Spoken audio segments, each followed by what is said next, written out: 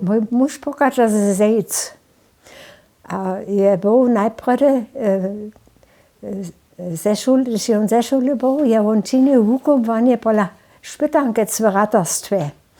Jako spiešne pruhovanie on dobiał činč najskôr 4 až 40 zakončenie wukupovania. Pon on šišol do vojakov. V Wismare on bol na míre a pon šišol na východnú frontu. Je svoje 8 národniny osvedčil, hižo ve vojenskej jatbe v ruskej. A je bol 5 let v jatbe. V decembru 9 až 40 je sa on hakle domov navročil. Pon je on bol, kaž som ja dobiała v Krosče na kurzu.